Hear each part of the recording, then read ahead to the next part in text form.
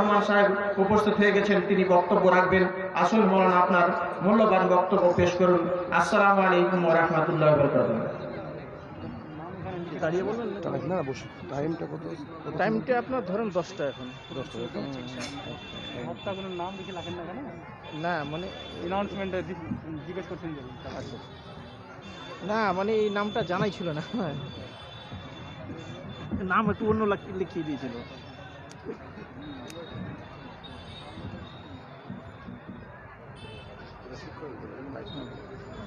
Live চালাচ্ছে নাকি কি বন্ধু? এখন একটু বাড়াতে হবে। লাইভ চালাচ্ছে ফেসবুক না ইউটিউব? ফেসবুক সময় যখন হবে বলে দেখে একটু ক্যামেরা রেডি করতে বুঝবেন, তারপর আপনি রেডি করে দেখলে আমি দাঁড়া তারা বুঝ না।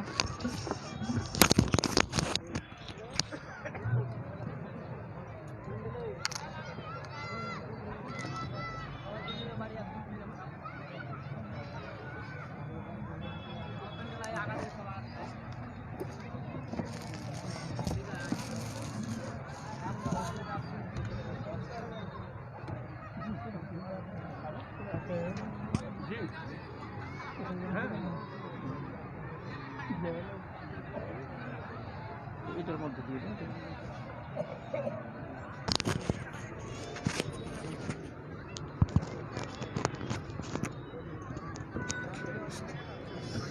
এটা লাগবে।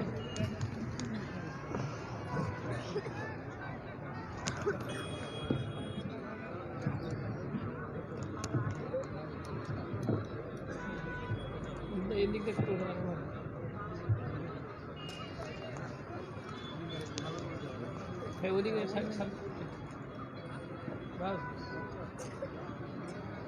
আসসালামু আলাইকুম ওয়া রাহমাতুল্লাহি ওয়া বারাকাতুহু।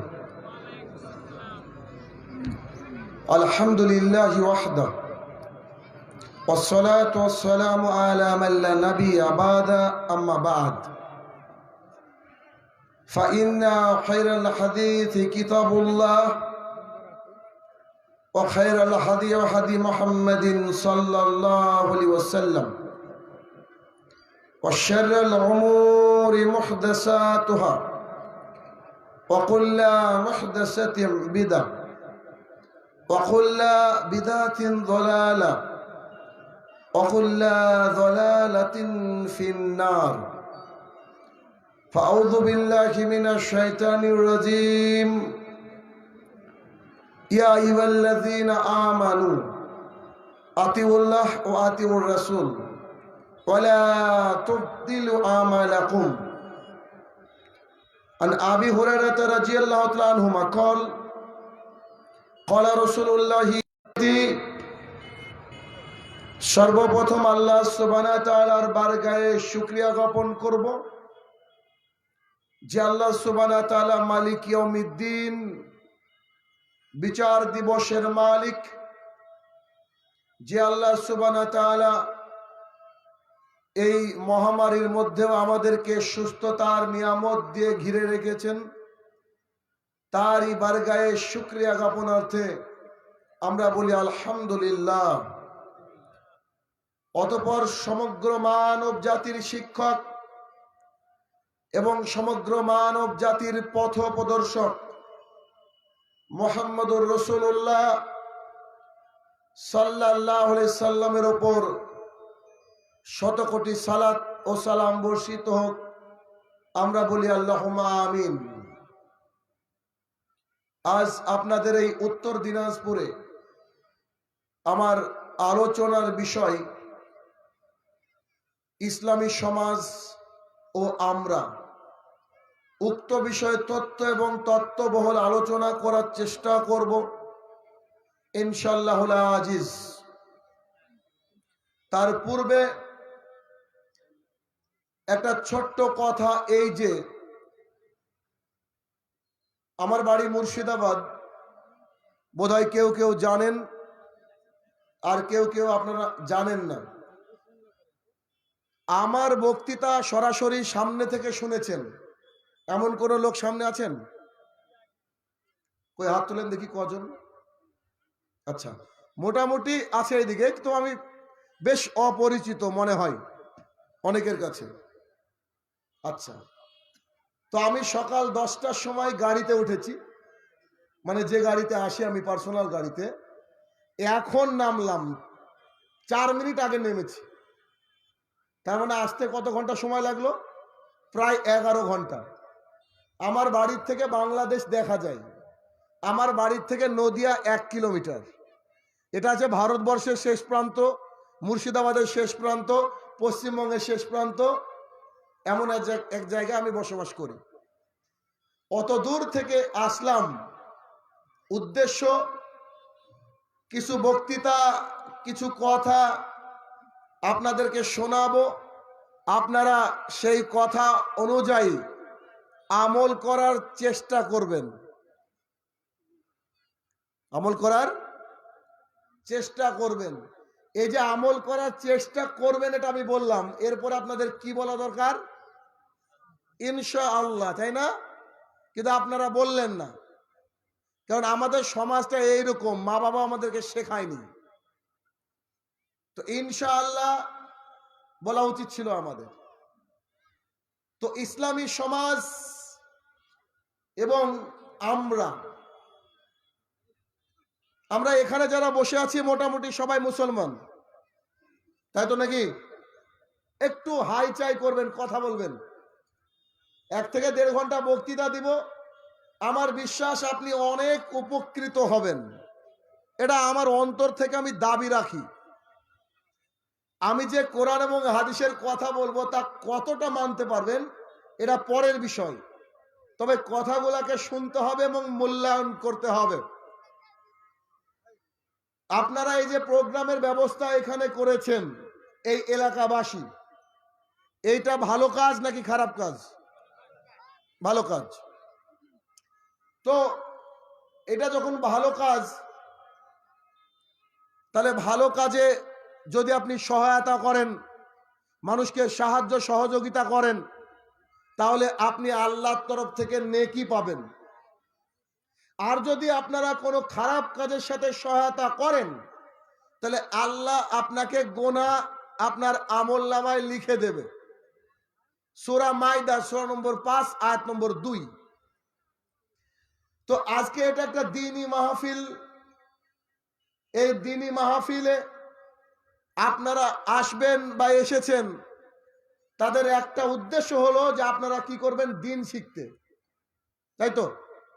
তো দিন শিখতে আসবেন, এসে এই প্যান্ডেলটা শেষ পর্যন্ত এতক্ষণে পরিপূর্ণ হওয়ার প্রয়োজন ছিল, কিন্তু এখনো প্যান্ডেল পরিপূর্ণ হয়নি। যদিচ প্যান্ডেলটা অনেক বড়, তো এখনো পরিপূর্ণ হয়নি। এর পেছনে কারণ কি? এর পেছনে কারণ হচ্ছে এলাকার মানুষ জলসারও আয়োজন করেছে, সাথে মেলারও আয়োজন করেছে। ওই পাশে রাস্তা দিয়ে আসার সময় দেখলাম মেলা চলছে, ওখানে মেলা বুঝেন না, লোকজন কেনাকাটা করছে, খাওয়া দাওয়া করছে, মনোহারী অনেক কিছু কেনাকাটা করছে। তো মানুষ আজকে আসবে দিন ধর্ম শিখতে। এই দিনটা যদি মানুষ খেলা ধুলায় কাটিয়ে দেয়, জিনিস কেনাকাটায় কাটিয়ে দেয় এবং কোনো কিছু খেতে গিয়ে সময় কাটিয়ে দেয়, তাহলে এটা কি ক্ষতি নাকি উপকার? ক্ষতি। এই ক্ষতির জন্য কি আল্লাহ আমাদেরকে পাকড়াও করবেন না? আমি এখান থেকে 350 কিলোমিটার দূরে বসবাস করি, ওখান থেকে কাজকর্মকে ত্যাগ করে আপনার গ্রাম করণদিঘি, আপনার এলাকা করণদিঘি পর্যন্ত আসলাম। উদ্দেশ্য কি? আপনাকে আমি কোরআন এবং হাদিস শোনাবো। আর আপনার ছেলে মেয়ে যদি ওই দিকে ব্যস্ত থাকে, তাহলে আমার আশাটা তো সার্থক হলো, কিন্তু আমি যে বলবো ওইটা আপনার ছেলে মেয়ের কান অবধি পৌঁছালো না, তাহলে কি আমরা বেশিরভাগ ক্ষতি করছি না? এখানে যদি 20% লোক থাকে, তো ওখানে ঠেলা দিচ্ছে মানুষে, আসছে না 80% লোক ওখানে। আগামী দিনে যদি কোনো অনুষ্ঠান করেন, তাহলে একটা ওসিয়ত বা নসিহত বা পরামর্শ এটা নিয়ে নেবেন, এলাকায় 500 মিটারের মধ্যে কোনো দোকান বসতে দিবেন না। কোনো খাবার দাবারের ব্যবস্থা হবে না। একজন ছেলে সন্ধ্যাবেলায় আইপিএল খেলা দেখতে বসলো, রাত্রি 12টা বেজে গেছে, ও একবার পেশাব করতে উঠে না, ওর খাওয়াও লাগে না, ঘোরাও লাগে না, আইপিএল চলছে। আর এখানে মোহাম্মদ সাল্লাল্লাহু আলাইহি ওয়াসাল্লাম প্রেরিত যে কোরআনুল কারীম, আনিত যে কোরআনুল কারীম, তার আলোচনা হচ্ছে, অথচ ছেলে মেয়েরা ওদিকে মজা লুটছে। কি কথা বলছেন তো? তাহলে আজকে যাদেরকে পরিবর্তন করার দরকার তারা আজকে মেলায় আছে।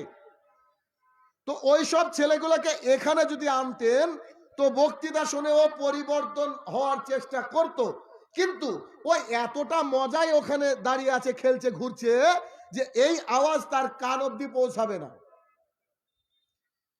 রাসূল সাল্লাল্লাহু আলাইহি সাল্লাম বলছেন, এই শোনো, তোমার যদি সন্তান জন্ম নেয় তোমার দায়িত্ব দুটো। এক, সন্তানের একটা সুন্দর নাম রাখতে হবে। দুই, সন্তানকে তরবিয়ত শিখাতে হবে। এখানে যখন জালসার আয়োজন ছিল, বাবা এবং মা তার ছেলেকে ডেকে সন্ধ্যাবেলায় বলতো, বেটা, এই যে আমাদের এই গ্রামে এখন জালসা হবে সন্ধ্যা থেকে, তুমি খবরদার প্যান্ডেলের তলা থেকে উঠবে না, যতক্ষণ মাওলানারা বক্তৃতা দিবে খবরদার বাইরে যদি দেখি তোমার পিঠের চামড়া তুলে নেব। এইটা হচ্ছে বাপ। তবে যাদের ছেলে মেয়ে ঘুরে বেড়াচ্ছে এদেরকে বাপ বলে আমার মনে হচ্ছে না, এরা হচ্ছে কাপুরুষ। কোন বাপের বেটা যদি থাকেন তো আমার সাথে এসে কথা বলবেন। আরে একটা পাগলাকের, একটা পাগলিকে যদি 10 দিন একটা ঘরের মধ্যে রেখে দেন তো সেখানে ওরে 10 মাস পর একটা ডেলিভারি হবে, পাগলা পাগলিও বাচ্চা জন্ম দিবে, কিন্তু পাগলা পাগলি বুঝে না। আপনার এটা নৈতিক দায়িত্ব ছিল পরিবার থেকে, প্রথমে আপনার ছেলে মেয়েকে নিয়ে বাড়িতে বসতেন, আর বসতেন, তারপরে বলতেন, বেটা, ও আমার আম্মি জান, শোনো, প্যান্ডেলের তলায় গিয়ে বসবা, আলেমরা যে আলোচনা করে তাই শুনবা, তুমি খবরদার বাইরে যাবে না। তুমি বাইরে গেলে আমার মান সম্মান চলে যাবে, আমার বংশের গৌরব চলে যাবে। মুহাম্মদ সাল্লাল্লাহু আলাইহি ওয়াসাল্লাম বলেছেন যেভাবে চলতে তোমাকে ওইভাবে চলতে হবে, এটা বাবার দায়িত্ব। এই জন্য মুহাম্মদ সাল্লাল্লাহু আলাইহি ওয়াসাল্লাম বলছেন, ইয়া মাশশারাশ শাবাব মান ইসতাতা মিনকুমুল বায ফালিয়াতাজাওয়াজ। এই যুবকের দল, শোনো, তোমাদের যদি ক্ষমতা থাকে তো বিয়ে করো। ক্ষমতা মানে রাত্রিবেলায় বোর গলা ধরে শোয়া নয়। ক্ষমতা মানে আপনার আঙুল যেই দিকে যাবে আপনার ছেলে মেয়ে সেই দিকে যাবে। ক্ষমতা মানে আপনার চোখ যেই দিকে যাবে আপনার ছেলে মেয়ে সেই দিকে যাবে। আপনার ছেলে মেয়ে আজকে বেহায়াপনা, বেলেল্লাপনা করে জাতির সামনে দিয়ে হাঁটছে, আপনি বলছেন আমি বীর পুরুষ। বাপা, আমি আপনাকে বলছি আপনি কাপুরুষ। আনেন দেখি কোন আলেম আছে আমার সাথে কথা বলবে। কিছু ভুল বলছি? আমি আসতে পারছি 350-400 কিলোমিটার দূর থেকে, আর আপনার ছেলেকে আপনি এই ছোট একটা প্যান্ডেলের তলে আটকাতে পারেননি। আপনি কেমন বাবা? আমার একদিনের বক্তৃতায় পরিবর্তন হবে না, আপনাকে দায়িত্ব নিতে হবে। আল্লাহ রাসূল সাল্লাল্লাহু আলাইহি ওয়াসাল্লাম বলেছে, কুল্লুকুম রাইন, প্রত্যেকটা মানুষই হচ্ছে একটা রাখাল, আর তার রাখালের সাথে যারা সংশ্লিষ্ট রয়েছে তাদের হিসাব আল্লাহ সুবহানাহু ওয়া তাআলা নেবে। যতগুলা সন্তান আজকে ঘুরে বেড়াচ্ছে আর জেনার চর্চা করছে, প্রত্যেকটা বাবাকে হিসাব দিতে হবে, প্রত্যেকটা বড় ভাইকে হিসাব দিতে হবে, প্রত্যেকটা মাকে হিসাব দিতে হবে যে মাওলানা সাহেব এখানে বক্তারা এখানে কোরআন হাদিসের আলোচনা করছে আর আমার ছেলে মেয়ে বেলেল্লাপনা করছে, এটা হয় কি করে? প্রথমে এই নীতি আপনাকে ত্যাগ করতে হবে, নইলে নেকির জায়গায় আপনার অ্যাকাউন্টে গোনা লিখা হবে, হবেই গোনা লিখা। ওই যে সূরা মাইদা 2 নম্বর আয়াতের কথা বললাম, আল্লাহ সুবহানাহু ওয়া তাআলা বলছে, ও জাতি শুনে রাখো, তোমরা যদি ভালো কাজের সাথে সহায়তা করো তাহলে তোমরা কি পাবা? নেকি পাবা আমার তরফ থেকে। আর যদি কোনো খারাপ কাজের সাথে সহায়তা করো তাহলে আমি গোনা দিয়ে পরিপূর্ণ করে দেব। আজকে যদি এখানে জালসার আয়োজন না হতো, ছেলেগুলো মেলা পেত না, আর যদি মেলা না হতো তাহলে বেলেল্লাপনা করতে পারতো না। আপনি ভালো নিয়তে ভালো কাজ করতে এসেছেন, কিন্তু উল্টে আপনার গুনাহ হচ্ছে। এখন দেখেন দলিল আপনাকে দিচ্ছে আমি গুনাহ হচ্ছে কিনা।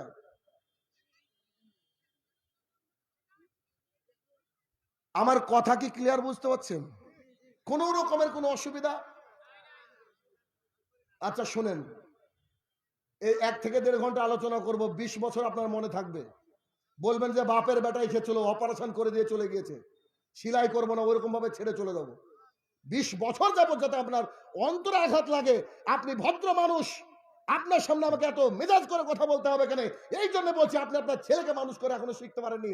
এটা আপনার বৈশিষ্ট্য ছিল যে আপনার মেয়েকে যখন আপনি বাইরে পাঠাবেন ও জিলবাব হিজাব পরে আসতো, অথচ খালি মাথায় ওড়না বুকে নাই ঘুরে বেড়াচ্ছে। আর আপনার ছেলেটা 18 বছরের ছেলেটা ঘুরে বেড়াচ্ছে। এখন বুঝেন যদি আগুন আর খড় পাশাপাশি থাকে ঘটবে কি? অতএব প্রথমে আমাদের সমাজকে তৈরি করতে হবে। এমনি একটা ভয়ঙ্কর পরিস্থিতির মধ্যে আমরা যাচ্ছি। এই ভারতবর্ষের বুকে মুখে দাঁড়িয়ে রাখা পাপ, এই ভারতবর্ষের বুকে মাথায় টুপি দিয়ে অন্যায়, এই ভারতবর্ষের বুকে যাদের টাকনুর উপরে প্যান্ট, তারা অনেক বিপদে রয়েছে। তারা এখান থেকে ট্রেনে করে কলকাতায় ভালোভাবে যেতে পারে না। তারা ভয়ে ভয়ে কলকাতা পৌঁছায়। মুখে দাড়ি দেখলে চারিদিক থেকে আমাদের হায়নারা অ্যাটাক করা শুরু করেছে। এই কারণে অ্যাটাক করা শুরু করেছে, এরা ইমানদারকে অ্যাটাক করে আল্লাহ সুবহানাহু ওয়া তাআলা সাহায্য করেন, কিন্তু আল্লাহ সাহায্য আসছে না। মানে আমাদের সমাজটা অশ্লীলতা বেহাপনায় পরিপূর্ণ হয়ে গেছে।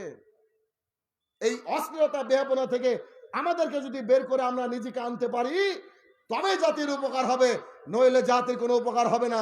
এই জন্য তো এই বছর থেকে সিদ্ধান্ত নিয়েছি যে বড় বড় কোনো প্রোগ্রাম করব না।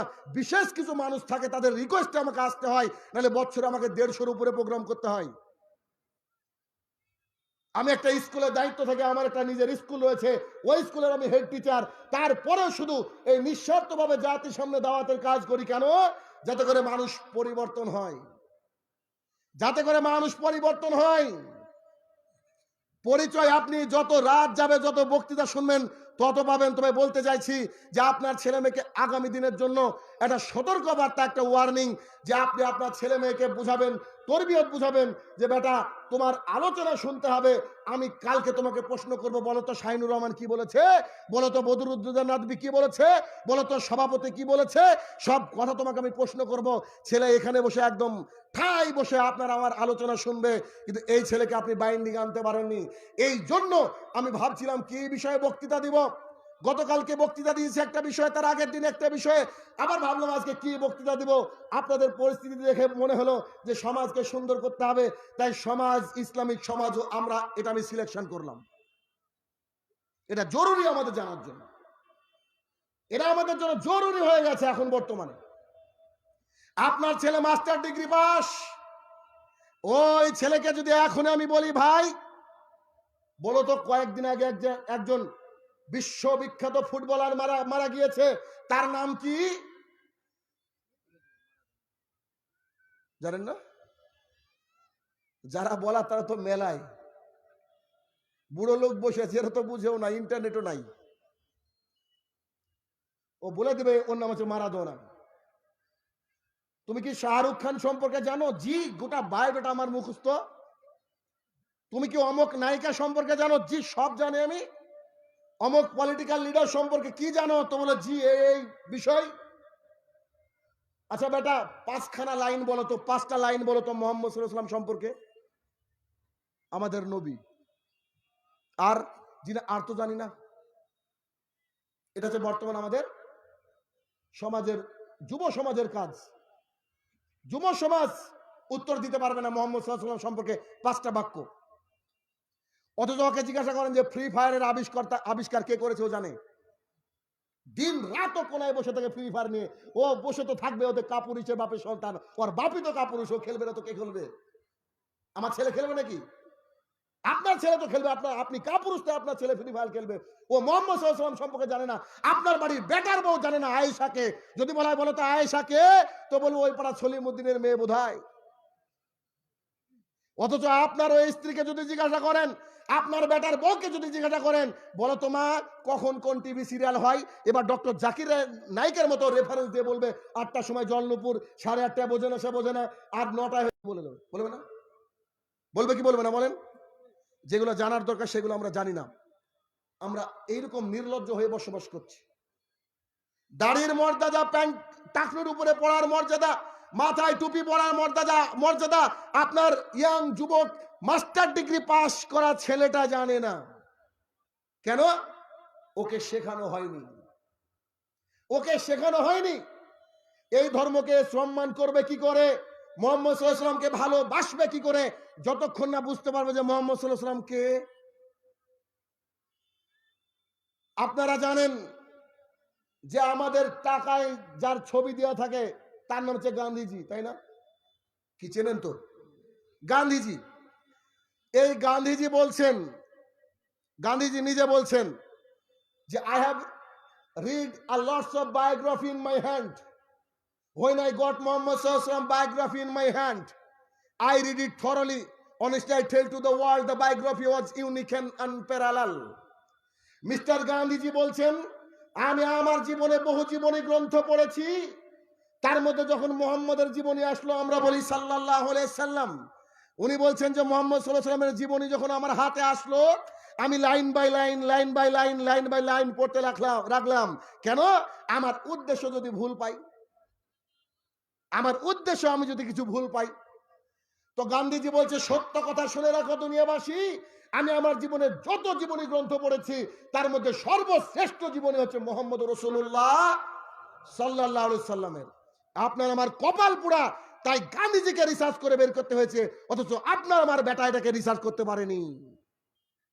আপনার আমার বেটা পাবজি নিয়ে ব্যস্ত, ফ্রি ফায়ার নিয়ে ব্যস্ত। মাইকেল এইস হার্ট একজন খ্রিস্টান লেখক, উনি বলছেন গোটা পৃথিবী থেকে 100 জন ভালো মানুষের আমি লিস্ট বের করলাম। লিস্ট বের করতে দেখছি 1 নম্বরে আমাকে একজনকে দিতে হবে, তার নাম হচ্ছে মোহাম্মদ রাসূলুল্লাহ সাল্লাল্লাহু আলাইহি সাল্লাম। এই ব্যক্তি, এই শ্রেষ্ঠ ব্যক্তিত্ব সম্পর্কে আমরা মুসলমানরা জানি না, কত খারাপ লাগে আমাদের।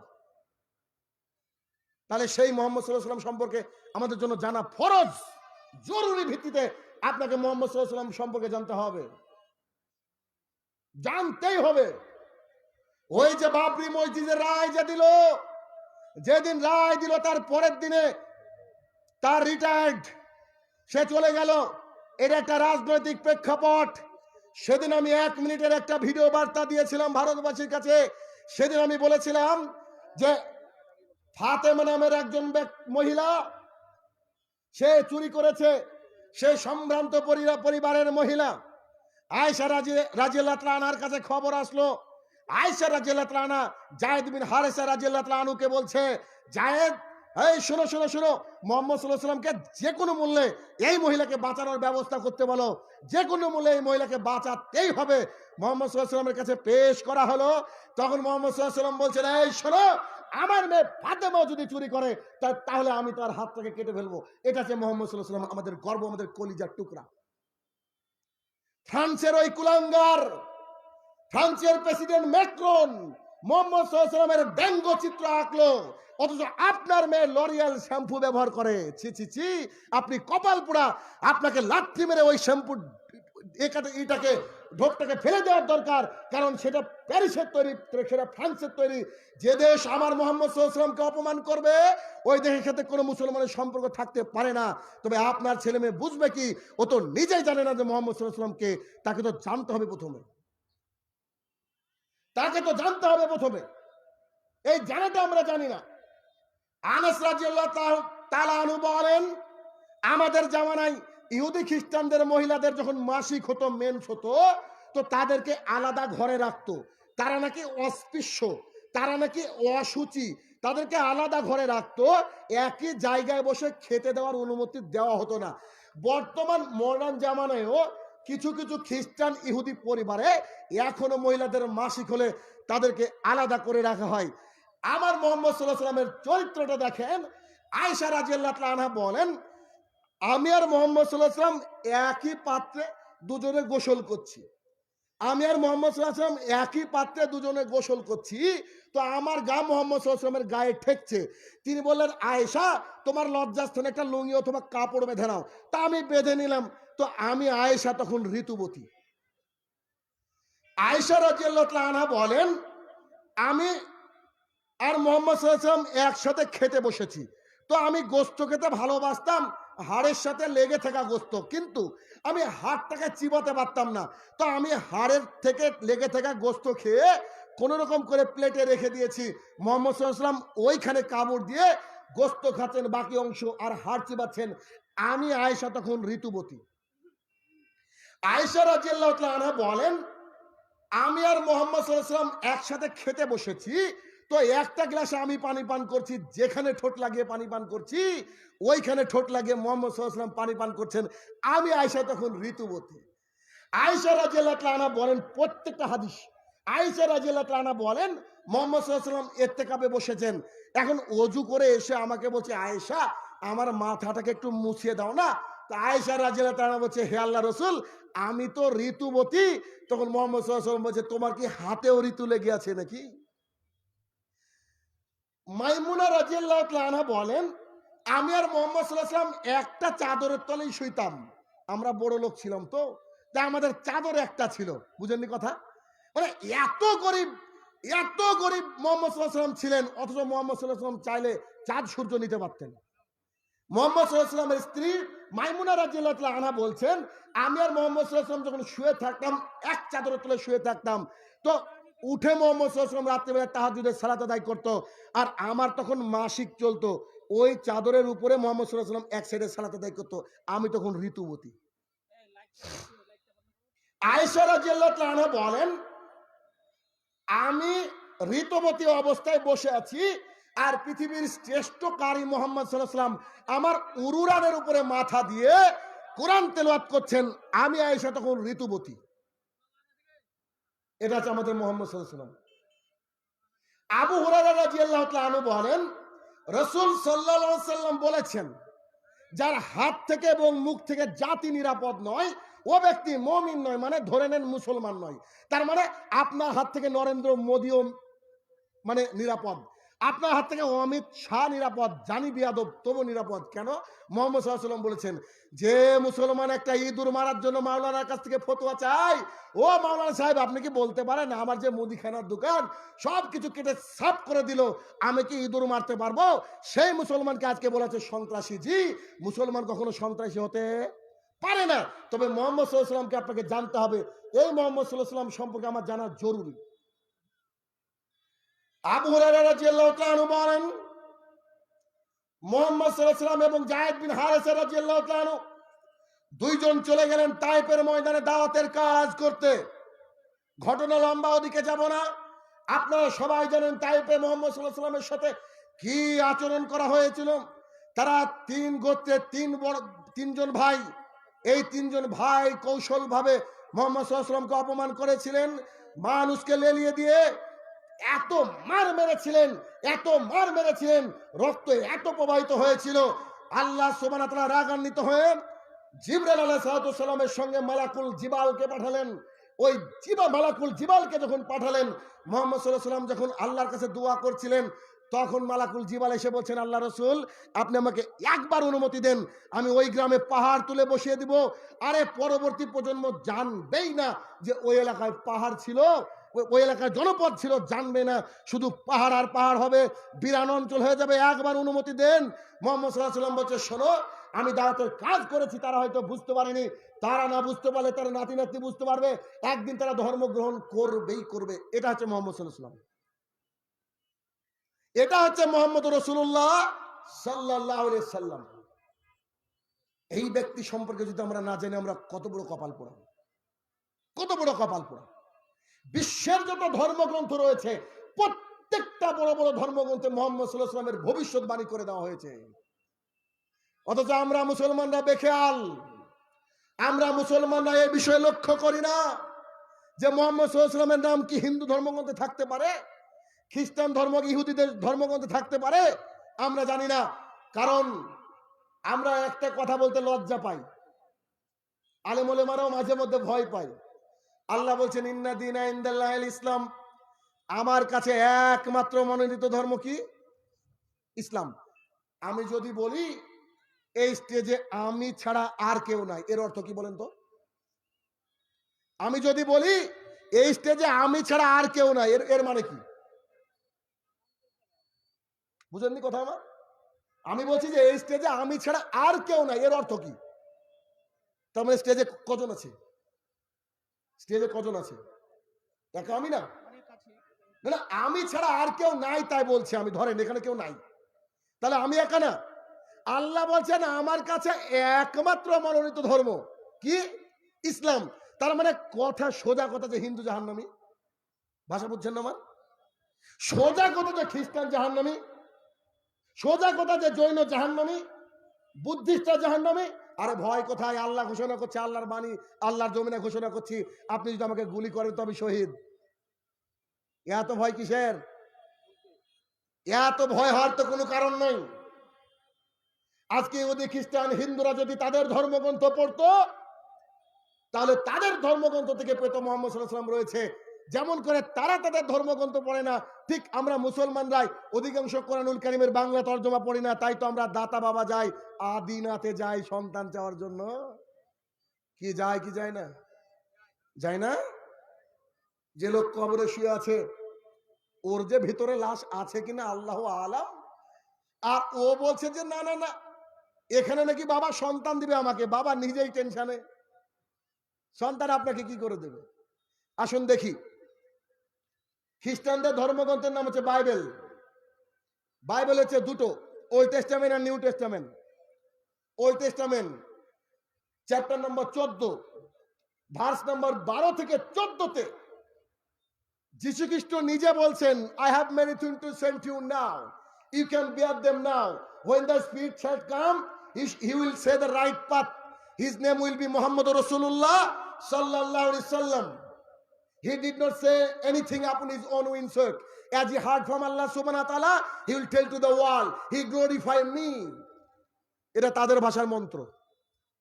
মুহাম্মদ সাল্লাল্লাহু আলাইহি ওয়াসাল্লাম সম্পর্কে কি বলছে দেখেন, বাইবেলে বলা হচ্ছে, যীশু খ্রিস্ট যাকে বলা হয় তিনি বলছেন, এই শোনো, আমি তোমাদেরকে অনেক কথা বলতে চাই, তোমরা সেই কথা এখন বুঝতে পারবে না। যখন সত্যের আত্মা আসবে, সত্য কথা বলবে, তিনি অন্ধকারকে দূর করবেন। তিনি নিজের মন থেকে একটা কথা বলবেন না, যা তিনি শুনবেন উপর থেকে তাই বলবেন। তিনি আমাকে মহিমান্বিত করবেন, আর তার নাম হবে মুহাম্মদুর রাসূলুল্লাহ সাল্লাল্লাহু আলাইহি সাল্লাম। তোমরা যদি স্বর্গে পৌঁছাতে চাও তাহলে মুহাম্মদ সাল্লাল্লাহু আলাইহি সাল্লামকে মেনে নিও। তোমরা যদি স্বর্গে পৌঁছাতে চাও, কাকে মেনে নিও বলেন? মুহাম্মদ সাল্লাল্লাহু আলাইহি সাল্লামকে মেনে নিও। কে মানবে? ইহুদি খ্রিস্টান। এটা হিন্দু লোক, ও যদি ওর নিজের ধর্মগ্রন্থ পড়ে, শ্রীমদ্ ভাগবত মহাপুরাণ প্রথম খণ্ড 113 নম্বর পৃষ্ঠা, শ্রীমদ্ ভাগবত মহাপুরাণ প্রথম খণ্ড 113 নম্বর পৃষ্ঠায় বলা হচ্ছে, ওম অজ্ঞান হে তুকে তো মুহাম্মদ অন্ধকার নাশম। এটা সংস্কৃত একটা মন্ত্র, যার বাংলা অর্থ হচ্ছে, এই জগৎবাসী তোমরা শুনে রাখো, মানুষ যখন অন্ধকারের মধ্যে নিমজ্জিত হবে, সেই অন্ধকার কাটানোর জন্য এবং স্বর্গধামে পৌঁছানোর জন্য একজন ব্যক্তির আবির্ভাব হবে, তার নাম হবে মুহাম্মদ। আমরা বলি সাল্লাল্লাহু আলাইহি ওয়াসাল্লাম। মন্ত্রের মধ্যে মুহাম্মদ সাল্লাল্লাহু আলাইহি ওয়াসাল্লামের নাম পরিষ্কার বোঝা যাচ্ছে। অজ্ঞান হে তু ক্রেত মুহাম্মদ অন্ধকার নাশম, যিনি অন্ধকারকে দূর করবে। তোমরা যদি স্বর্গলোকে পৌঁছাতে চাও তাহলে অবশ্যই তোমরা মুহাম্মদ সাল্লাল্লাহু আলাইহি ওয়াসাল্লামকে মেনে নিও। কাকে বলছে? নরেন্দ্র মোদীকে। কাকে বলছে? অমিত শাহকে। কাকে বলছে? যোগী আদিত্যনাথকে। সমগ্র মানব জাতিকে তারা বলতে চাইছে যে তোমরা যদি বাঁচতে চাও তাহলে কাকে মেনে নাও? মুহাম্মদ সাল্লাল্লাহু আলাইহি ওয়াসাল্লামকে। অথচ ওই মুহাম্মদ সাল্লাল্লাহু আলাইহি ওয়াসাল্লাম সম্পর্কে আমরা অজ্ঞ।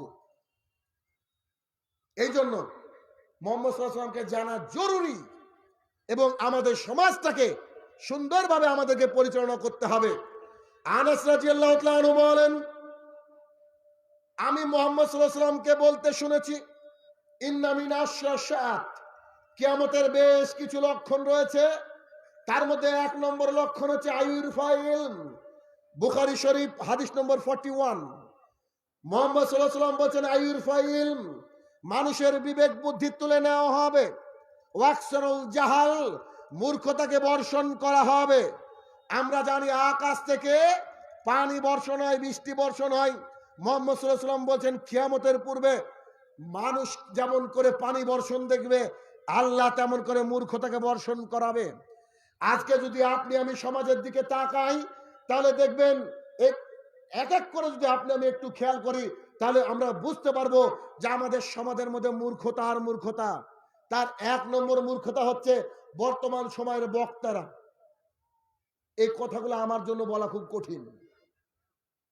আপনারা নতুন, আমি জানি না কতটা হজম করতে পারবেন, নইলে একটু এনজাইম খেয়ে নিন। কারণ কথা তো আমি ওভাবে বলবো যেন পরের বার আমাকে না ডাকেন, ডাকতে গেলে 10 বার ভাববেন কাকে ডাকছি, শাহিনুর রহমান। বাপরে বাপ, কথা তো এভাবে বলে। মোহাম্মদ সাল্লাল্লাহু আলাইহি সাল্লাম যখন খুতবা দিতেন, ঘাড়ের রগটা উঁচু হয়ে যেত, মনে হতো তিনি কমান্ডার, সামনে সৈনিক বসে আছে। আছে না আপনাদের দিনাজপুরে সুরেলা কণ্ঠের বক্তা নাই? সুর না দিলে নাকি মানুষ বুঝতে পারে না যে জালসা হচ্ছে কি হচ্ছে না। তো এত যদি সুর দরকার হয় তাহলে অরিজিৎ সিংকে ডাকতে হবে, কুমার শানুকে ডাকতে হবে, শাহিনুর রহমানকে নয়। আল্লাহ রাসূল সাল্লাল্লাহু আলাইহি ওয়াসাল্লাম বলছেন আইয়ুল ফাইল, মানুষের বিবেক বুদ্ধি তুলে নেওয়া হবে, ওয়াকসারুল জাহাল, মূর্খতাকে বর্ষণ করা হবে। বক্তার কথা কেন বললাম যে এটা আমার জন্য কঠিন, তারপরে শুনেন, বক্তাকে যখন আপনি কন্টাক্ট করবেন তো বক্তা বলছে যে জি 20,000 টাকা নেব, 15,000 টাকা অ্যাকাউন্টে নিব আর 5,000 টাকা স্টেজে গিয়ে নিব। বলে কি বলে না? বলে না? এই কথা বক্তা বলছে। এবার আপনাকে একটু দৃশ্যটা দেখাই। এর দৃশ্যটা হচ্ছে এইরকম যে এখানকার জালসা কমিটি ধরেন একজনকে ফোন করেছে, তবে আমি যে কথা বলবো সমস্ত চরিত্র কিন্তু কাল্পনিক, মিলে গেলে আমার দোষ দিয়েন না। তো বক্তাকে ফোন করছে, ফোন করে বলছে জি মাওলানা সাহেব, আপনার তো বহুত ভক্ত আমাদের এলাকায়, তো দয়া করে আপনাকে আসতেই হবে, ডেটটা ফাঁকা আছে কি দেখেন তো। ফোন চলছে, তো বক্তা বলছে জি ডায়েরিটা দেখি। বক্তা তো 2025 অব্দি বুকিং, বিনা পুঁজির ব্যবসা তো রেডি করে রেখেছে ও। তো ডেটটা ফাঁকা দেখছে, বলছে জি ফাঁকা তো আছে। আচ্ছা ঠিক আছে, তো আপনি বুকিং করে নেন, লিখেন করণদিঘি, উত্তর দিনাজপুর, লাল মোহাম্মদ, বুকিং করে নেন, মোবাইল নম্বর এত এত এত। আপনার কথা শেষ, বক্তার কথা শেষ হয়নি। বক্তা বলছে জি জনাব 20,000 টাকা নেব। এমনি কিন্তু আমার ডেট পাচ্ছে না মানুষে। 20,000 টাকা নেব, 15,000 টাকা অ্যাকাউন্টে দেওয়া লাগবে, 5,000 টাকা গিয়ে তারপরে স্টেজে নিব। জালসা কমিটি বলছে হুজুর আপনার ভক্ত এলাকায় ঠিক আছে, কিন্তু আমরা ছোটখাটো মানুষ, লোকের দুয়ারে ভিক্ষে করে জালসার ব্যবস্থা করছি, হুজুর এত বড় বাজেট আমাদের নাই, এক কাজ করেন আপনি একটু কম করেন না। হুজুর বলছে দেখো এমনি ডেট পাওয়া যাচ্ছে না আমার, অতএব তুমি যদি নিতে চাও নাও, নইলে আমি ফোন কেটে দিচ্ছি। আরে হুজুরকে যে আনতে হবে, ও যে আল্লাহর মনোনীত ফেরেশতা, আপনাকে যে আনতে হবে হুজুরকে। হুজুর বলছে যে জি আচ্ছা ঠিক আছে 1,000 টাকা কম দিও। তো জালসা কমিটি বলছে জিনা 15,000 টাকা নিয়েন না হুজুর। তো বলছে জিনা 15,000 মানে বলো তুমি কোন সাহসে, লোকে আমার ডেট পাচ্ছে না মানে। এই শোনো, একবারে 14,000 টাকা দেওয়া লাগবে, সরি 19,000 টাকা দেওয়া লাগবে, 1 টাকা কমে আমি যাব না। তখন বলছে হুজুর এক কাজ করেন, আপনি আর 2,000 টাকা বাড়তি নিয়ে নেন, 17,000 টাকা নেন। বলছে যাই আমার লস লেগে যাবে। আসলে তো লস লাগবে, বক্তার বক্তৃতা কিনা আছে 15,000 টাকায়, 2,000 টাকা লাভ রে ভাই। তারপরে এবার ছাগল গরু দাম দরের মতো দাম দর হচ্ছে, হতে হতে হতে এক পর্যায়ে 17-18 একটা সিলেকশন হয়ে গেল। ঠিক আছে যান, ছাগল গরুর পিঠের উপরে এভাবে বাড়ি মারে দেখবেন, ঠিক আছে যান বিক্রি করে দিলাম। বক্তা এবার আপনার কাছে বিক্রি, জি এভাবে কথা বলতে পারবো না, কেন বলেন তো, ওর ব্যবসা নষ্ট হয়ে যাবে, সামনে বছর আর ডাকবেন না। তাদের ব্যাপারে আমার কথা এইটা, এই সব শ্রেণীর আলেমের বক্তৃতা শোনা হারাম। কোন বাপের বেটা সে প্রমাণ করে এদের বক্তৃতা শোনা জায়েজ, এদের বক্তৃতা শোনা হারাম, কারণ এটা কোরআন হাদিস নিজেই বুঝতে পারেনি। আল্লাহ বলেছেন ওয়ালা তাসতারু বিআয়াতি সামানান কালিলা, আমার আজকে কম দামে বিক্রি করো না। আজকে আলেম সমাজের জন্য মানুষ জর্দা ছাড়তে পারে না, আলেম সমাজের জন্য বিড়ি ছাড়তে পারে না। আলেমরা যদি বলতো এটা হারাম তাহলে মানুষ আর খেত না। আলেম বলছে মাকরু, কেন আলেম খায় যে।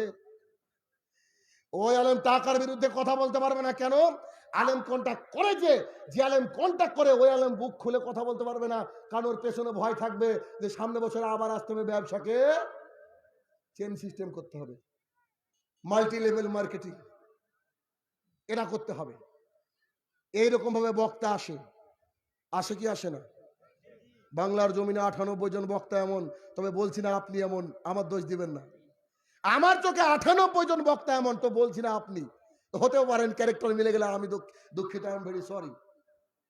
তবে এই শ্রেণী আলেমের বক্তৃতা শোনা যাবে না, এরা হক কথা বলতে পারবে না। টাকা নিয়ে থাকলে কি হক কথা বলতে পারবে? চলেন আপনি আমাকে নিয়ে চলেন, শাইনুর রহমানকে নিয়ে গিয়ে যদি আপনার বউ আমার সামনে আসে, আপনাকে স্টেজে সার্ফ এক্সেল থেকে শুরু করে সব কিছু থেকে ধুয়ে আমি ছেড়ে দেবো, আর ও আপনার স্ত্রীর দিকে তাকাবে, আপনার স্ত্রীর সাথে বসে খাবে, পর্দা নিয়ে কথা বলবে না কেন? পর্দা নিয়ে কথা বললে তো ও বিপদে। তাহলে কি করতে হবে বক্তার সাথে? জি, একটা বক্তাকে ডেকেছেন কলকাতা থেকে, কথার কথা, এই বক্তাকে আপনি, এই গ্রামটার নাম কি? বীরপুর। জি, এই গ্রামটার নাম হচ্ছে বীরপুর। একটা বক্তাকে আপনি ডেকেছেন, এই গ্রামের নাম হচ্ছে বীরপুর। গোটা বীরপুরকে তুলে উপড়ে তুলে বক্তার পকেটে ঢুকে দেন, এটা জায়েজ? বুঝেননি মনে আমার কথা? একটা বক্তা এসেছে কলকাতা থেকে, আপনি 5 লাখ টাকা দেন তাকে, কলা 5 লাখ বৈধ। কিন্তু বক্তা যদি বলে 500 টাকা নেবো, 1 টাকা যাবে না। ভাষা বুঝেননি আমার? একটা বক্তা কোথা থেকে গাড়ি নিয়ে আসছে, তার যদি 10,000 খরচ হয়, আপনি 20,000 দেন, তা আপনার জন্য দোয়া করবে বক্তা। কিন্তু আমার কথা হলো, বক্তা যদি এই কথা বলে যে 500 টাকা নিব আমি, 1 টাকা যাবে না, এক করে হাদিস নিজেই বুঝে না। তবে ব্যবসার জন্য বক্তারা আমাকে ধুবে, ব্যবসার জন্য বক্তারা আমার বিরুদ্ধে কথা বলবে, তো এই বিষয়ে আমি কোনো কেয়ার করি না। কেন? হক কথা বলা মানুষের সংখ্যা এই জামানায় খুব কম রয়েছে, খুব কম রয়েছে। কারণ এটা বিনা পুঁজির ব্যবসা। এটা হচ্ছে বক্তাদের সিজন। অনেক বক্তারা টেনশনে, হায় আল্লাহ করোনা ভাইরাস কেন দিলে, আমার তো ব্যবসা শেষ। আবু বকর সিদ্দিক রাদিয়াল্লাহু তাআলা আনহু অর্ধজাহানের খলিফা হয়েছেন, মক্কার প্রেসিডেন্ট হয়েছেন, মক্কার প্রধানমন্ত্রী হয়েছেন। প্রধানমন্ত্রী হওয়ার পরে তিনি বিলাসিতা করেননি, যে ব্যবসা করতেন ওই ব্যবসা করতে বেরিয়ে গিয়েছেন। আপনি কোন স্যার যে খালি বক্তৃতা দিয়ে আপনাকে খেতে হবে? তবে আপনাকে জাতি মূল্যায়ন করবে। আপনি বক্তৃতা দিয়ে আসলে জাতি আপনাকে টাকা দেবে, সেটা ভিন্ন কথা। তবে আপনি কেন ছাগল গরু দর করার মতো আপনি এভাবে বক্তৃতা দিচ্ছেন, এই নীতি আপনাকে ত্যাগ করতে হবে। আল্লাহ রাসূল সাল্লাল্লাহু আলাইহি ওয়াসাল্লাম বললেন, ওয়াকসারুল জাহাল, মূর্খতা বর্ষণ হবে।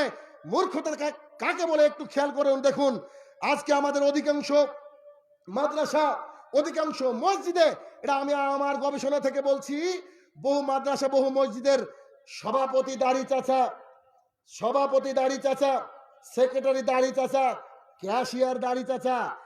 যার বাড়িতে বন্ধনের বই যত বেশি, যার বাড়িতে গ্রুপ লোনের যত বেশি, যার বাড়িতে বিড়ির ব্যবসা, ওই হয় সভাপতি আর ওই হয় ক্যাশিয়ার। বলেন তো এই মসজিদ কি ঠিকঠাক চলতে পারে? এই মসজিদ তো কখনো ঠিকঠাক চলতে পারে না।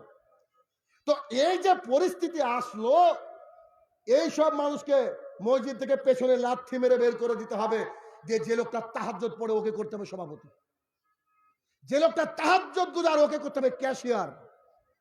ও নেতা এলাকার বলে ওকে আপনি ক্যাশিয়ার করলেন কেন? এটা আপনার ভুল রয়েছে। এটা আপনার এই নীতিকে ত্যাগ করতে হবে। মসজিদে যারা স্টিয়ারিং কমিটিতে থাকবে, তারা হবে তাহাজ্জুদ গুজার, তারা হবে খুব আল্লাহ ভীরু মানুষ। অথচ এই জায়গায় আমরা উল্টো, আল্লাহ রসুল বলছেন একসারুল জাহাল, মূর্খতা বর্ষণ করা হবে। দেখেন না, সেক্রেটারি সভাপতি মিটিং করছে, যেই মাগরিবের আযান হয়েছে দূর দূর দূর দূর করে মসজিদ থেকে বেরিয়েছে। সারা মুসলমানের বাচ্চা নাকি ও? হ্যাঁ, ওর নামাজ পড়া লাগে না?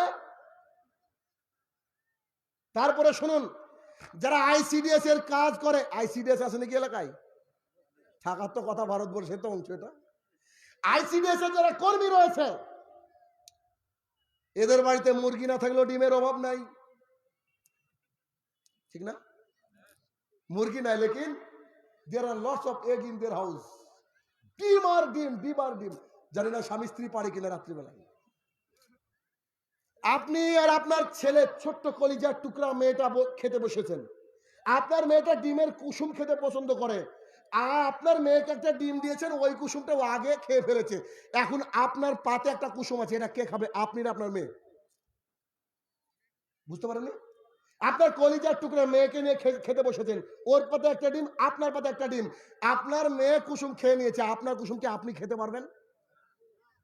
আপনি জানেনই তো, কায়দা করে রেখে দিয়েছেন যে আমার মা, আমার আম্মি জান কুসুম খেতে পছন্দ করে, সুতরাং কুসুমটা আমি তাকেই দিব। যদি আপনি ওই কুসুমটা খেয়ে নেন, আপনি বাবা হতে পেরেছেন?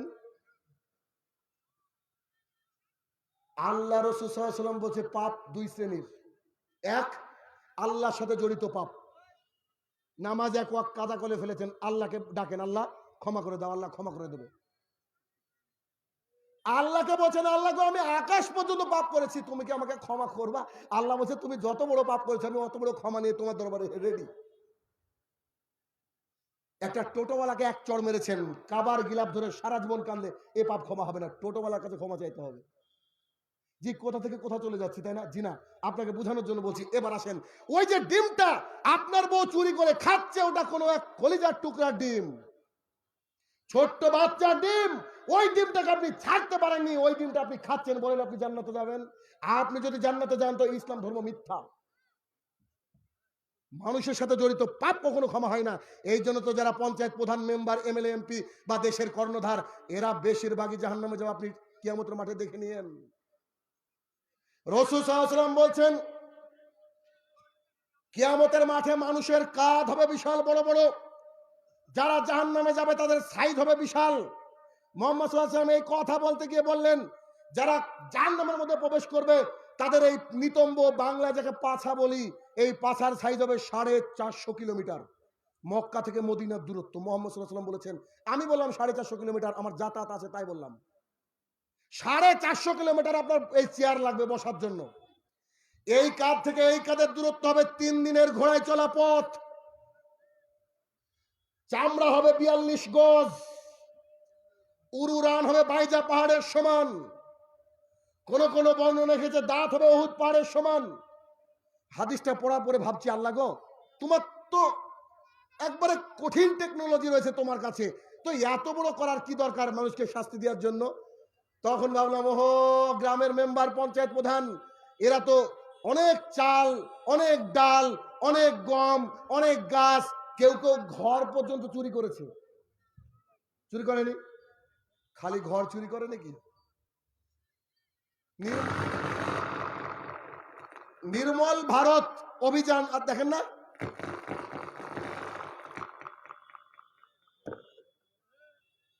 নির্মল ভারত অভিযান। এলাকায় অফিসার এসেছে ঘুরতে, ঘুরতে এসে বলছে, এই কি ব্যাপার, সবারই বাড়ি বাড়ি পায়খানা হয়ে গেছে, আপনার বাড়ির পায়খানা কই? আপনি কি বাইরে মল ত্যাগ করেন? তো বলছে, জি স্যার, বাইরে মল ত্যাগ করতে হয়। বলছে, কেন? আপনার পায়খানা কই? সরকার থেকে আপনার জন্য পায়খানা আসেনি? তো বলছে, পায়খানা পাড়ার মেম্বার খেয়ে নিয়েছে। কি খেয়েছে? পায়খানা পাড়ার মেম্বার খেয়ে নিয়েছে। সব কিছু কাঁধের উপরে আল্লাহ সুবহানাহু ওয়া তাআলা তুলবেন সেদিন। ছাগল এসেছে পঞ্চায়েতে চুরি করেছে, ছাগল ছাগলের মতো চিৎকার করবে। গরু এসেছে চুরি করেছে, মুরগি এসেছে চুরি করেছে, চাল এসেছে চুরি করেছে, জমি এসেছে চুরি করেছে, ধান এসেছে চুরি করেছে, বীজ এসেছে চুরি করেছে, যা যাবতীয় সব চুরি করেছে, সবকে তুলে দেবে। তো আমি বললাম যে আলহামদুলিল্লাহ, তাহলে ঠিকই আছে, সাইজ তো অত বড় হওয়ারই দরকার। বুঝতে পারেননি? আইসিডিএস এর যে কর্মী রয়েছে, এই কর্মীগুলা যে কাজটা করছে, ওরা যদি বৈধভাবে কাজ করতো আলহামদুলিল্লাহ। তবে এইভাবে যারা চুরি করে খাচ্ছেন, আজ থেকে তওবা করবেন, প্রয়োজন হলে চাকরি ছেড়ে দেবেন। বিশ্বাস করুন, ওই জায়গায় কেউ কারো সুপারিশে আসবে না। সুন্দর সমাজ গঠন করতে হবে। রাসূল সাল্লাল্লাহু আলাইহি ওয়াসাল্লাম বলছে, আয়ুর ফাইল, মানুষের বিবেক বুদ্ধি তুলে নেওয়া হবে। আরে বিবেক বুদ্ধি না তুলে নিলে একটা ছোট্ট কলিজার টুকরার কি ডিম একটা বড় মানুষ খেতে পারে গো? 30 বছরের মহিলা খায় কি করে? ও খায় কি করে? রাসূল সাল্লাল্লাহু আলাইহি ওয়াসাল্লাম বলেন, আয়ুর ফাইল, মানুষের বিবেক বুদ্ধি তুলে নেওয়া হবে। ওয়াকসারুল জাহাল, এই জাহালাত বা অজ্ঞতা বর্ষণ হবে। তারপরে মুহাম্মদ সাল্লাল্লাহু আলাইহি ওয়াসাল্লাম বললেন, ওয়াকসারুল শারবুল খামরে, মদ পান বেড়ে যাবে, নেশাদার দ্রব্য পান করা বেড়ে যাবে। নেশাদার দ্রব্য মানে আমরা মনে করি যে মদ, হেরোইন, ফেন্সিডিল, এইগুলোকে নেশাদার দ্রব্য মনে করা হয়। এত বড় বড় দাড়িওয়ালা লোক ফতোয়া দিয়ে রেখেছে, বিড়ি খেতে পারেন, জর্দা খেতে পারেন, খৈনি খেতে পারেন, গুটকা খেতে পারেন, এগুলো হচ্ছে মাকরু। কি এটা শুনেননি আপনারা? হুজুর বলে না মাকরু? কি গো, কথা বলেন একটু। এত ঠান্ডা হয়ে গেলে হবে কি করে? আমি ঘেমে যাচ্ছি। হুজুর বলেছেন মাকরু। তার মানে নেশা দুই প্রকার, একটা মাকরু আর একটা মানে হারাম। আসেন আমাদের শিক্ষককে জিজ্ঞাসা করি, আমাদের শিক্ষকের নাম কি? মুহাম্মদ রাসূলুল্লাহ সাল্লাল্লাহু আলাইহি সাল্লাম। আন আয়েশা রাদিয়াল্লাহু তাআলা আনহা قال قال رسول الله সাল্লাল্লাহু আলাইহি সাল্লাম, আয়েশা রাদিয়াল্লাহু তাআলা আনহা বলেন, মুহাম্মদ রাসূলুল্লাহ সাল্লাল্লাহু আলাইহি সাল্লাম বলেছেন, কুল্লু মুসকিরিন খামরিন ওয়া কুল্লু খামরিন হারামুন। প্রত্যেকটা নেশাদার বস্তু মদ, আর প্রত্যেকটা মদই হচ্ছে হারাম। যখন এই কথা বলেছি, একজন দর্শক উঠে বলছে, হুজুর, হুজুররা যে খায় তো কি হবে? বলেছি, হুজুর দিয়ে জাহান্নাম উদ্বোধন হবে, আবার কি হবে? এটাই তো হবে, ক্যাটাগরিতে থাকবে হুজুররা, জাহান্নামে যাওয়ার জন্য প্রস্তুত। কত বড় জালেম হলে বলতে পারে যে পানবিড়ি, জর্দা, গুল, সিগারেট, পান মানে জর্দা সহ ধরে নিন, এগুলো জায়েজ হতে পারে। বিশ্ব স্বাস্থ্য সংস্থা, ওয়ার্ল্ড হেলথ অর্গানাইজেশন বলছে প্রত্যেক বছর 37 লাখ মানুষ তামাক সেবনের কারণে মারা যায়। পানবিড়ি, জর্দা, গুল, সিগারেট যে হারাম, আপনাকে আমি যদি কয়েকশো হাদিস শোনাই, রাত পার করে দেবো হাদিসে, ইনশাল্লাহ আপনি হাদিসের রিয়াতটা পাবেন না। তারপরে আপনাকে আমি দলিল দিয়ে বুঝাবো, লজিক দিয়ে বুঝাবো, টেনশন করেন না। বিড়ি আজকে এখানে ছেড়ে যেতেই হবে। কি রাজি তো? বক্তৃতা শুনবো, মাগার রাজি না। আপনি তো বিড়ি খান না, আপনাকে দেখে বোঝা যাচ্ছে। তো বিষয় হচ্ছে, যেটা বলতে চাইছিলাম, রাসূল সাল্লাল্লাহু আলাইহি সাল্লাম বলেছেন প্রত্যেকটা নেশাদার বস্তু হচ্ছে মদ, আর প্রত্যেকটা মদই হচ্ছে হারাম। তাহলে প্রত্যেকটা নেশাদার বস্তু কি? মদ। প্রত্যেকটা মদই হারাম। বুখারীর হাদিস, রাসূল সাল্লাল্লাহু আলাইহি সাল্লাম বলেন, যা বেশি খেলে নেশা হয় তা অল্প হারাম। যারা বিড়ি বিক্রি করে, যারা বিড়ি বাঁধে, যারা বিড়ি সার্ভ করে, যারা বিড়ি খায়, এরা সবাই হারামের উপার্জন করছে, সবাই হারামের উপার্জন করছে। আর আবু দারদা রাদিয়াল্লাহু তাআলা আনহু قال قال رسول الله সাল্লাল্লাহু আলাইহি সাল্লাম, আবু দারদা রাদিয়াল্লাহু তাআলা আনহু বলেন, রাসূল সাল্লাল্লাহু আলাইহি সাল্লাম বলেছেন, লা ইয়াদখুলুল জান্নাতা মুদমিনুল খামরিন, যে ব্যক্তি নিয়মিত পান, বিড়ি, জর্দা, গুল, সিগারেট খায়, এই ব্যক্তি জান্নাতে যাবে না। আর আবু হুরায়রা রাদিয়াল্লাহু তাআলা আনহু قال قال رسول الله সাল্লাল্লাহু আলাইহি সাল্লাম, আবু হুরায়রা রাদিয়াল্লাহু তাআলা আনহু বলেন, রাসূল সাল্লাল্লাহু আলাইহি সাল্লাম বলেছেন, লা ইয়াদখুলুল জান্নাতা লাহামুন, ওই গোশত জান্নাতে যাবে না, মিনা সোহতে, যে গোশত হারাম খেয়ে গড়ে উঠেছে, যে গোশত পান, বিড়ি, জর্দা বিক্রি করার টাকায় গড়ে উঠেছে, যে গোশত গড়ে উঠেছে বন্ধন টাকা নিয়ে, বন্ধনের নামে লোন নিয়ে, যে গোশত গড়ে উঠেছে গ্রুপ লোন বা বাড়ি বাড়ি গিয়ে, কি বলে ওটাকে, স্বর্ণ জয়ন্তী। যারা স্বর্ণ জয়ন্তী নিয়েছেন, তারা লোহার হাতুড়ি খাওয়ার জন্য প্রস্তুত থাকুন। জি, এটা হারাম। আজকে বাড়ি থেকে বন্ধনে বই ছিঁড়ে ফেলতে হবে। ভাই, এত কড়া করে বক্তৃতা দিচ্ছেন কেন? এই জন্য দিচ্ছি, হাদিস তিরমিজির, রাসূল সাল্লাল্লাহু আলাইহি ওয়াসাল্লাম বলেছে, যারা 1 টাকা সুদ খায় 70টা পাপ হয়। সবচেয়ে নিচের পাপ হচ্ছে নিজের মায়ের সঙ্গে জেনা করা। যার বাড়িতে স্বর্ণ জয়ন্তী রয়েছে, যার বাড়িতে বন্ধন রয়েছে, ওর মায়ের সাথে শয়, ওর মায়ের সাথে সহবাস করে, ওর মায়ের সাথে জেনা করে। আমি অনুবাদ করছি, মুহাম্মদ সাল্লাল্লাহু আলাইহি ওয়াসাল্লাম বলেছেন। গজব কি এমনি আসছে নাকি? করোনা ভাইরাস এমনি এসেছে নাকি? ওটা তো আপনার আমার জন্য এসেছে। একটা ছেলে তার মায়ের সাথে কি করে শুতে পারে, জেনা কি করে করতে পারে? দিন রাত ইহুদি খ্রিস্টানরা পরিকল্পনা করে এই ধরনের কোম্পানি তারা দিয়ে দিয়েছে। এই কোন কোম্পানি আপনার কর্ণধারা মুসলমান নয়। তাহলে পরিস্থিতি যে ভয়াবহ, জি ভয়াবহ।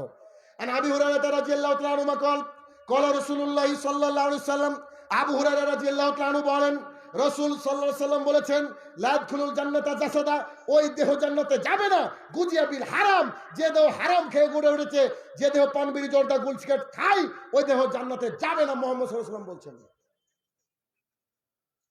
মুহাম্মদ সাল্লাল্লাহু আলাইহি ওয়াসাল্লাম বলছেন, ওই দেহ জান্নাতে যাবে না।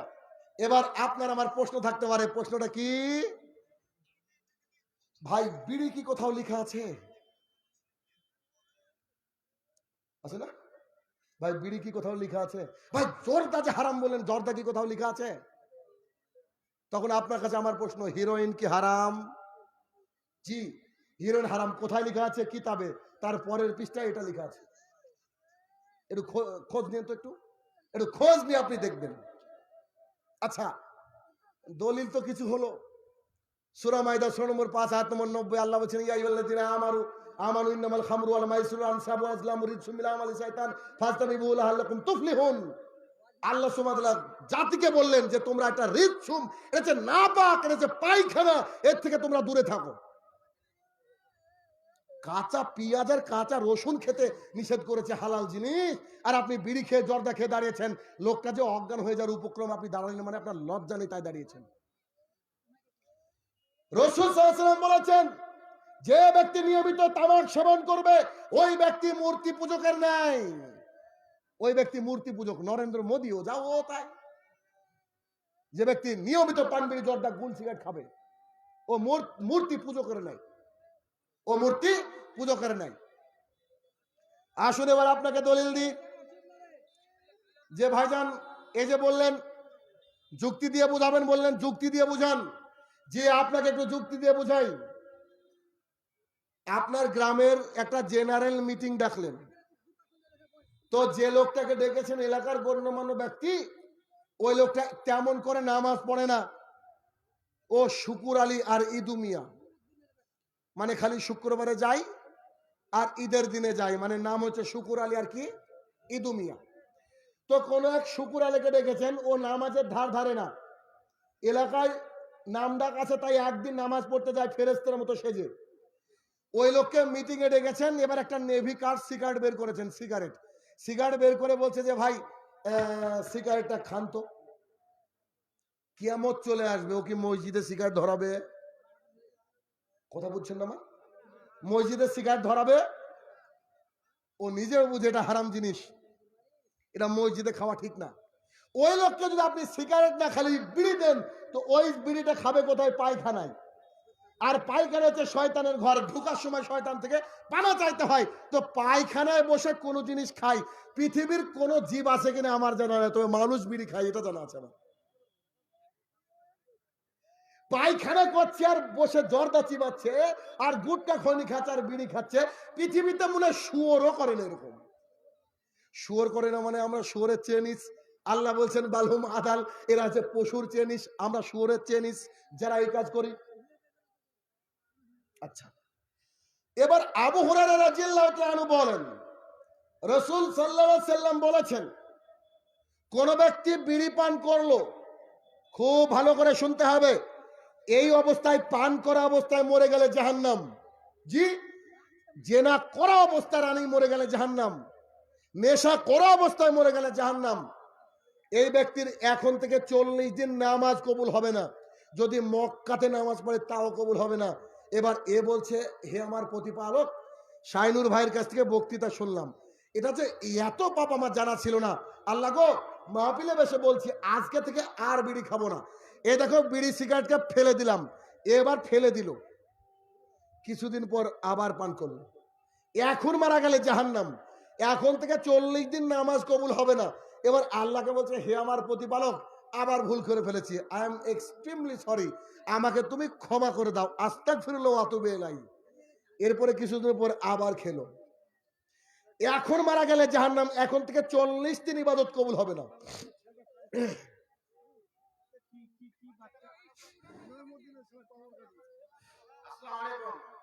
মহিমউদ্দিনের ছেলে একটা হারিয়ে গেছে, আপনি যদি থাকেন বা আপনার পরিবারের কেউ লোক থাকে, তো আপনি বাচ্চাটা নিয়ে যেতে পারবেন, স্টেজে আছে খবর গাড়ি। মহিমউদ্দিনের ছেলে, মহিমউদ্দিন বা মহিমউদ্দিনের ছেলে স্টেজে আছে, অবহেলা বাপ-মা আছেন, অবশ্যই নিয়ে যান। আলহামদুলিল্লাহ, যে বাচ্চা হারিয়েছে একটু পরে যেন প্রচারণা করতে হয় যে আমার বউ পালিয়ে গেছে। জি, যেটা বলছিলাম, ওই ব্যক্তি আবার বিড়ি পান করেছে, আবার জর্দা খেয়েছে, এখন মারা গেলে জাহান্নাম। এখন থেকে 40 দিন তাহাজ্জুদ পড়লেও কবুল হবে না। এখনো আল্লাহকে বলছে, হে আমার প্রতিপালক, আমাকে তুমি ক্ষমা করে দাও, আমি খুব ভুল করেছি। ব্যক্তি আবার বিড়ি পান করেছে, মুহাম্মদ সাল্লাল্লাহু আলাইহি ওয়াসাল্লাম বলছে এর তোবার দরজা বন্ধ, এর তোবার দরজা বন্ধ, আল্লাহর সাথে নাফরমানি করছে। তো আমি যদি এই চৈত্র মাসের রোদ্রেতে আপনার বাড়িতে আসি, তো মিনিমাম কিছু না খাওয়ালে প্রথমে তো ফ্রিজের 1 গ্লাস ঠান্ডা পানি খাবেন, খাবেন না? আত্মীয় স্বজন আসলে কি খাওয়াই আমরা? একটু কোল্ড ড্রিঙ্কস এগুলো খাওয়াই না?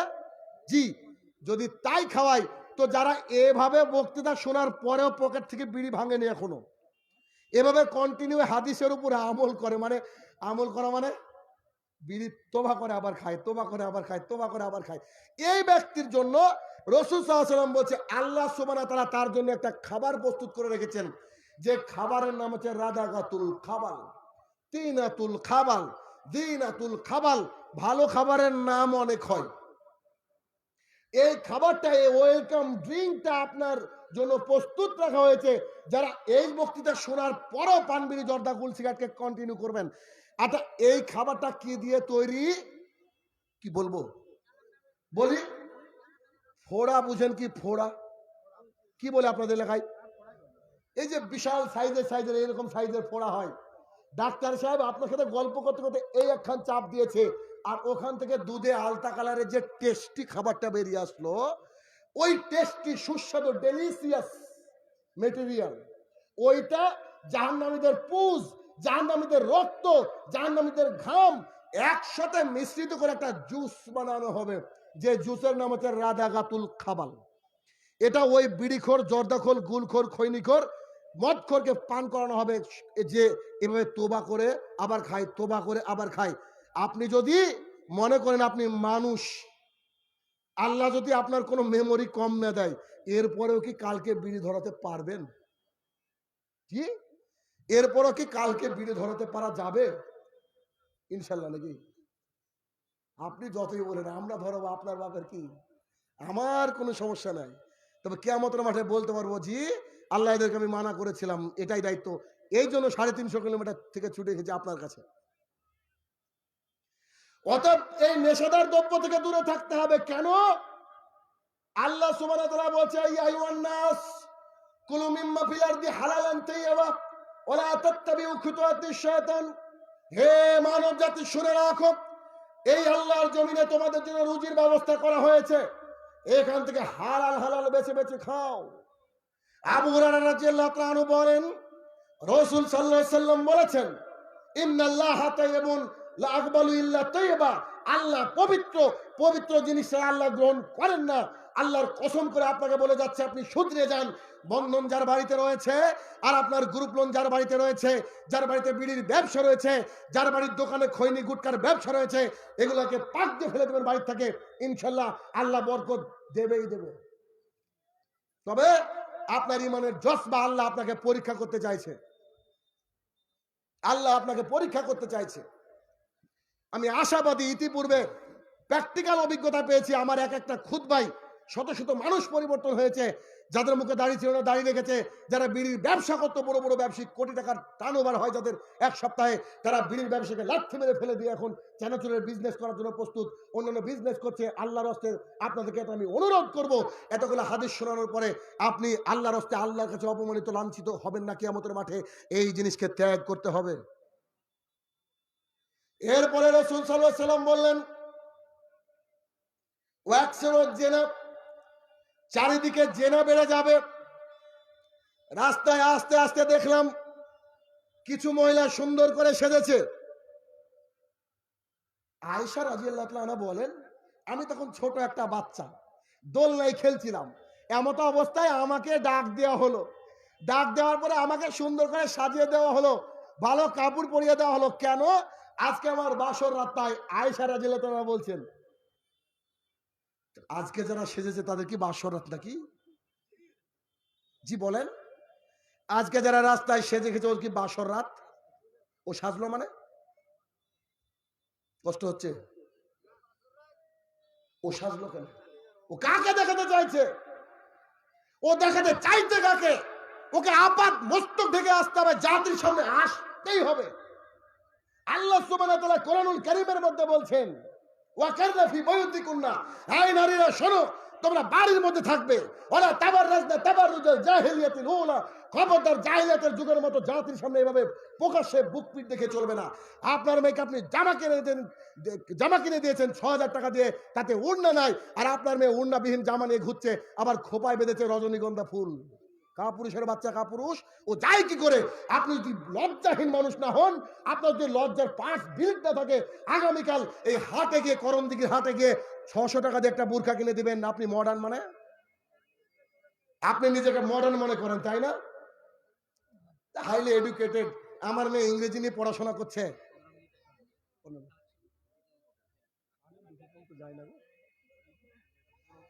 যাই হোক, যেটা বলতে চাইছিলাম, আবু হুরায়রা রাদিয়াল্লাহু তাআলা আনহু বলেন, রাসূল সাল্লাল্লাহু আলাইহি সাল্লাম বলেছেন, চোখের জেনা চোখ দিয়ে দেখা, পায়ের জেনা ওই দিকে ধাবিত হওয়া, অন্তরের জেনা অন্তর দিয়ে কল্পনা করা, কানের জেনা কান দিয়ে শোনা।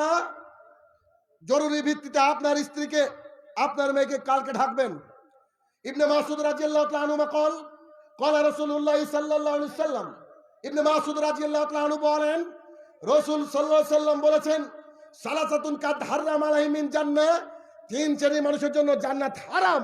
তার মধ্যে 1 শ্রেণীর মানুষের মদ মিনুল খামরিন, নিয়মিত পান বিড়ি জর্দা গোল সিগারেট খায় যারা, তাদের জন্য জান্নাত হারাম।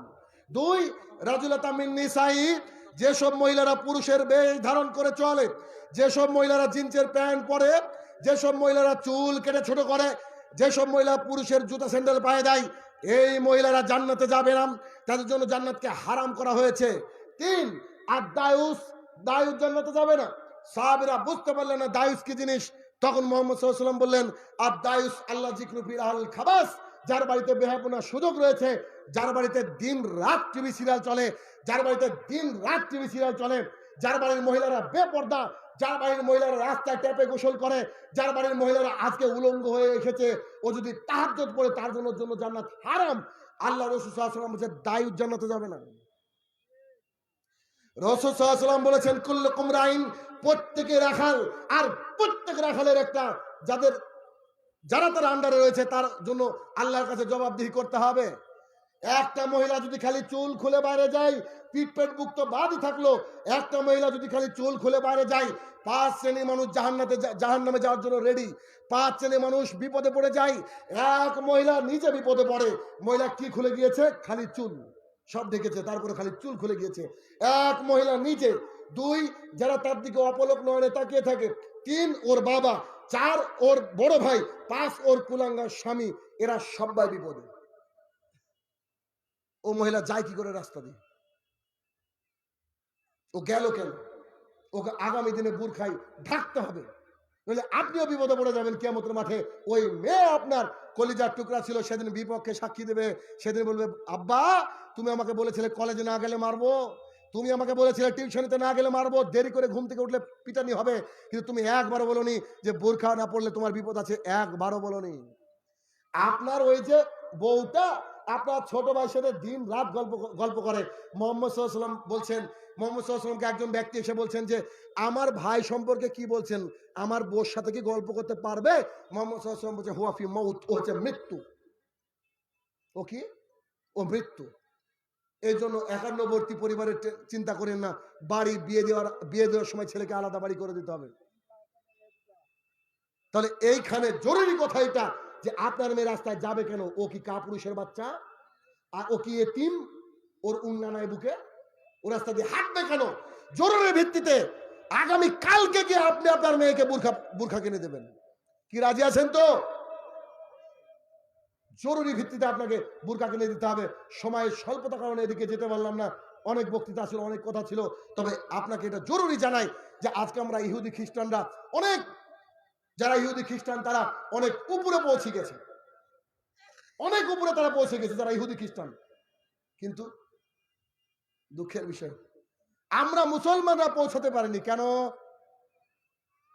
মুসলমানদের সব কিছুতে খরচের ব্যাপার আছে, বিলাসিতা আছে, টাকা পয়সা আছে, সব রয়েছে। কিন্তু যখন কোনো কিছুর উন্নতি কল্পে হয়, যখন কোনো কিছুর মাদ্রাসার উন্নতি কল্প হয়, মসজিদের উন্নতি কল্প হয়, ইত্যাদি ইত্যাদি হয়, তখন তো মানুষের টাকা বেরোয় না। বেরোয় টাকা? স্পেশাল বক্তাকে ভাড়া করে আনতে হয়, যে বক্তা সুর শায়রি দিয়ে বক্তৃতা করে না? সুর সারে দিয়ে কথা বলে, আর যে কত মিথ্যা কথা সাজিয়ে সাজিয়ে বলে বেটা। পরশুদিন যে এক জালসায় গেলাম, এক বিখ্যাত বক্তা বক্তৃতা করছে, যেই আমি ঢুকছি তা আমার কানে একটা কথা আসলো। কথাটা কি? বলছে, ওগো আল্লাহ তাকে নেকি দিও ঠিকঠাক। তো ভাবলাম ঠিকই আছে, আল্লাহ তো সবসময় ভুলভাল কাজই করে, তাই না? বক্তা বলছে ঠিকঠাক নেকি দিও, একে পিটিয়ে স্টেজ থেকে নামিয়ে দেওয়া উচিত। বুঝলেন আমার কথা? বক্তা বলছে যে 5 টাকা দিল দাম না রে, 5 টাকা, আসলে সুর করা অভ্যাস নাই তোরে ভাই। 5 টাকা দিল দান নামে শরীফুল, ওগো আল্লাহ নেকি দিতে করিও না ভুল। ঠেকানে আল্লাহ ভুল করে। বক্তা বলছে আল্লাহকে করো না ভুল। এ কি বক্তা? বুঝতে পেরেছেন এত বদনাম কেন আমাদের? অতএব কিভাবে দান দিতে হবে একটু খেয়াল করুন। আবু হুরায়রা রাদিয়াল্লাহু তাআলা আনহু বলেন, আমরা একদিন মুহাম্মদ সাল্লাল্লাহু আলাইহি ওয়াসাল্লামের পিছনে সালাত আদায় করছিলাম। তো একজন সাহাবী উসখুস করছে কখন সালাম ফিরাবে। জি, তার সালাত কি বড় হয়েছে নাকি? যেমন ওই যে মেম্বার একদিন সালাত আদায় করতে গিয়ে তার তাহেতো একটু বড় হলে, একটু কিরাত বড় হয়ে গেলে পেছন থেকে বলে বলে কি বলে না, করে তো। মুহাম্মদ সাল্লাল্লাহু আলাইহি ওয়াসাল্লাম সূরা বাকারা তেলাওয়াত শেষ করে দিতেন, সাহাবীদের টেনশন নাই, লাঠির উপরে দাঁড়িয়ে ও ভর করে থাকতেন মুহাম্মদ সাল্লাল্লাহু আলাইহি ওয়াসাল্লাম। আর আমাদের 20 রাকাত তারাবি, এই 30 মিনিটের প্যাকেজ আছে না, তারাবি মানে ধীরে ধীরে, আর ওরা বুঝে নিল তারাবি মানে তাড়াতাড়ি। আশ্চর্য একটা দুনিয়া। যা হোক, যখন সালাত শেষ হয়ে গেল, সেই ব্যক্তি মুহাম্মদ সাল্লাল্লাহু আলাইহি ওয়াসাল্লামকে বলছেন, হে মুহাম্মদ সাল্লাল্লাহু আলাইহি ওয়াসাল্লাম, আপনি একটা বিষয় বুঝিয়ে বলুন, আপনি যে বললেন প্রিয় জিনিস দান করতে হবে, প্রিয় জিনিসটা কি? মুহাম্মদ সাল্লাল্লাহু আলাইহি ওয়াসাল্লাম বলছে, জি, প্রিয় জিনিস দান করতে হবে। সেই ব্যক্তি উঠে বলছে যে মদিনার বুকে বিশাল বড় একটা খেজুরের বাগান রয়েছে, ওই খেজুরের বাগানটা আমি দিয়ে দিলাম। সুবহানাল্লাহ বলবেন না? সুবহানাল্লাহ বলে কি হয় জানেন?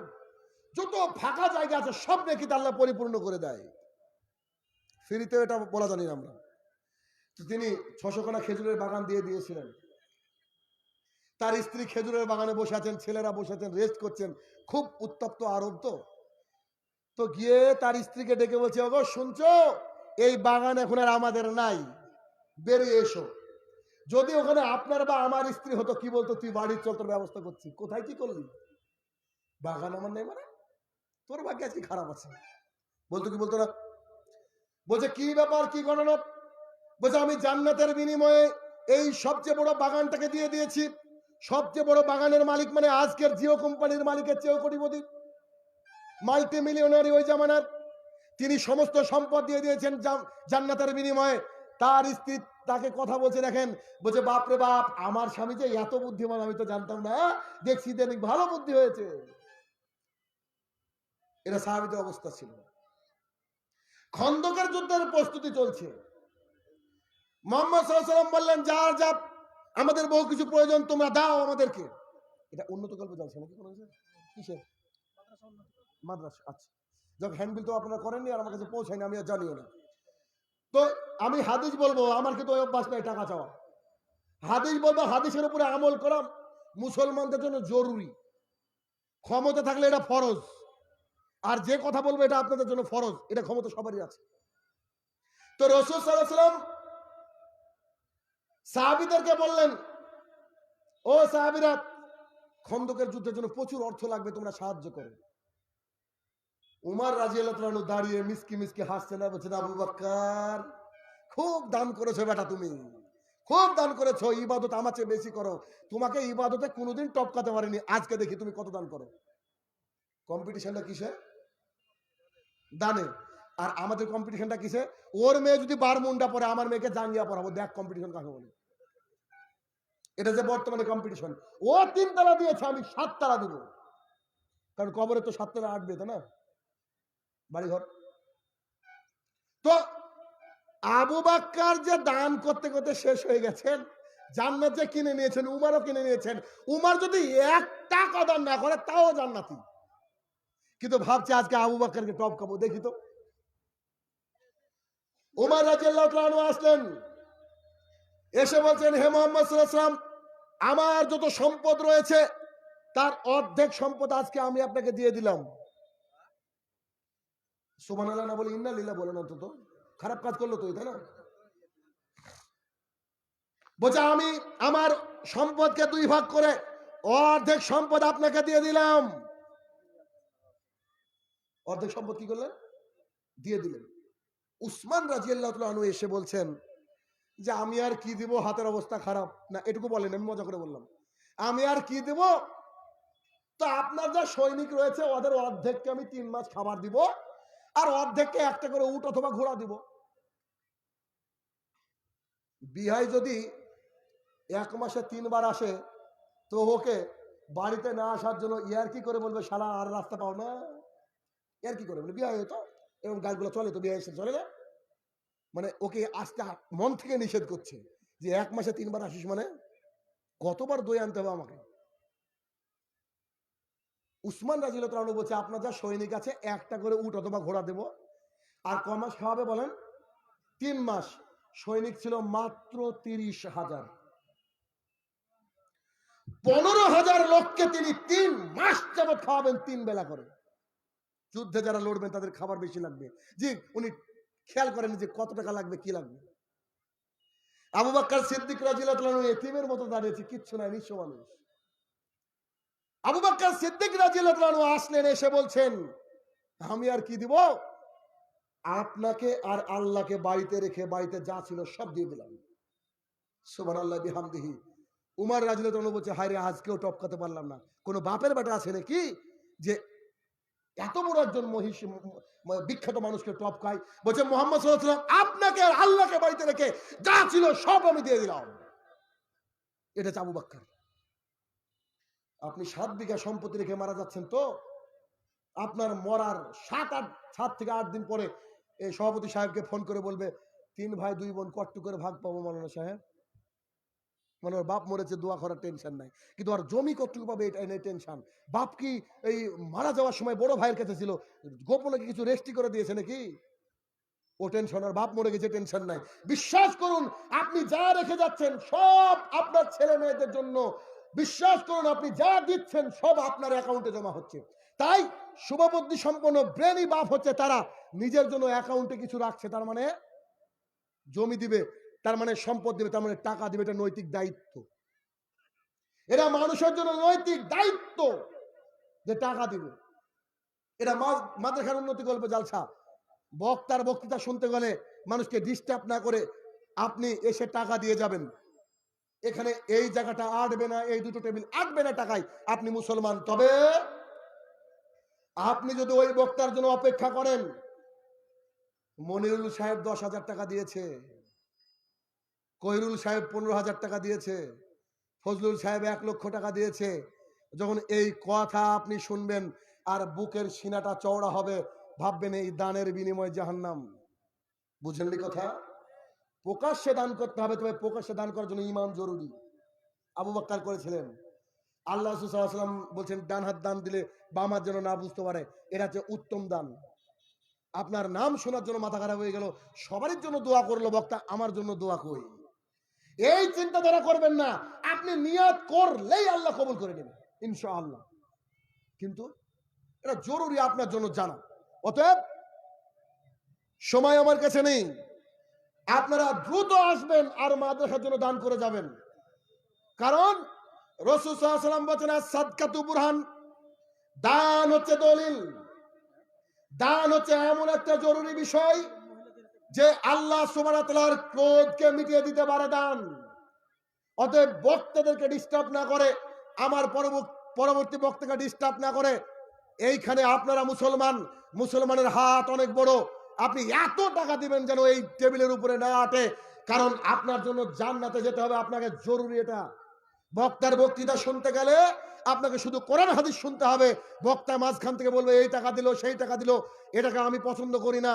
অতএব জরুরি আমার পরের বক্তা আসার পূর্বে আপনারা জরুরি ভিত্তিতে উঠবেন আর এখানে এই টেবিলের উপরে দান দিয়ে যাবেন। কারণ কোরআন হাদিস এতক্ষণ শুনলেন, আবারও শুনবেন, যাতে করে মাঝে কোনো বক্তার কোনো ডিস্টার্ব না হয়, তার জন্য আপনি উঠবেন আর দান দিয়ে যাবেন। নামের কিছু দরকার নেই, আল্লাহ আপনার নিয়তকে কবুল করে নেবে ইনশাআল্লাহ।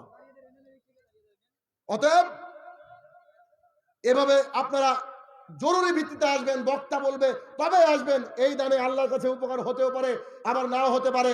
আপনার স্বইচ্ছায় দান বললাম আমি। as-sadaqatu বুরহান, দান হচ্ছে দলিল। কিয়ামতের মাঠে মানুষ আল্লাহর আরশের নিচে ছায়ার তলে সমাসীন হবে যারা দান করে গিয়েছে। ভাই প্রশ্ন উত্তর, আমার পরের মাওলানা আছেন অনেক অভিজ্ঞ একজন মানুষ,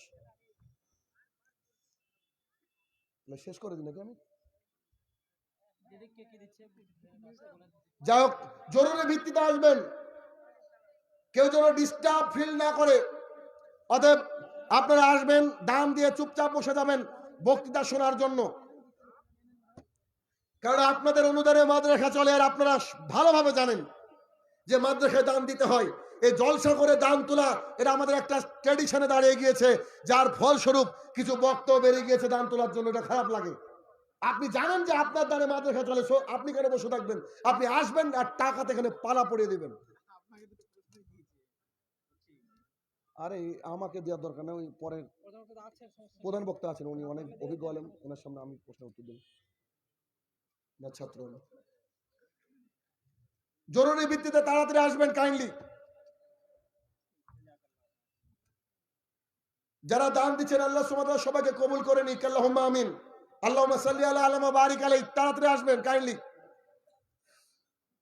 আসসালামু আলাইকুম। আপনারা উঠে চলে যাবেন না। আপনারা যে জন্য এসেছেন অবশ্যই মাওলানা আপনাদের সামনে পৌঁছে গেছেন। হ্যাঁ, আপনারা 2-1 মিনিট অপেক্ষা করেন। হ্যাঁ, তিনি আপনাদের সামনে চলে আসবেন। অর্থাৎ আপনারা নাম শুনেছেন পশ্চিম বাংলার বিখ্যাত বক্তা ফজিলাতুল শাহ জনাব মাওলানা বদরুদ্দোজা নদভী সাহেব, তিনি স্টেজে হাজির হয়ে গেছেন। হ্যাঁ, আপনারা যারা ইচ্ছা আর কিছু প্রয়োজন আছে সেরে আসেন, দিয়ে অবশ্যই বসে যান। এখনই মাওলানা আসবে, আর 1 থেকে 1.5 মিনিটের মধ্যে তিনি তার ভাষণ আরম্ভ করবেন ইনশাআল্লাহ। আসেন আপনারা বসুন। আসসালামু আলাইকুম। যাই হোক, তাড়াতাড়ি আসবেন, দানগুলোকে দিবেন। এতক্ষণ যা আমরা আলোচনা করলাম, আল্লাহ সুবহানাহু ওয়া তাআলা যেন আমাকে সহ সবাইকে আমল করার তৌফিক আদা করে, আল্লাহুম্মা আমিন। যারা কবরের তলে শায়িত জানি না কি হালে রয়েছে, আল্লাহ সুবহানাহু ওয়া তাআলা যেন তাদেরকে জান্নাতের বাগিচা বানিয়ে দেন, আল্লাহুম্মা আমিন। হে আমার প্রতিপালক, সমস্ত মুসলমান যেন একই প্ল্যাটফর্মে এসে আমরা দাওয়াতে কাজ করতে পারি, সুন্দরভাবে সমাজ গঠন করতে পারি, সেই তৌফিক আদা করো, আল্লাহুম্মা আমিন। আসসালামু আলাইকুম ওয়া রাহমাতুল্লাহি ওয়া বারাকাতুহু।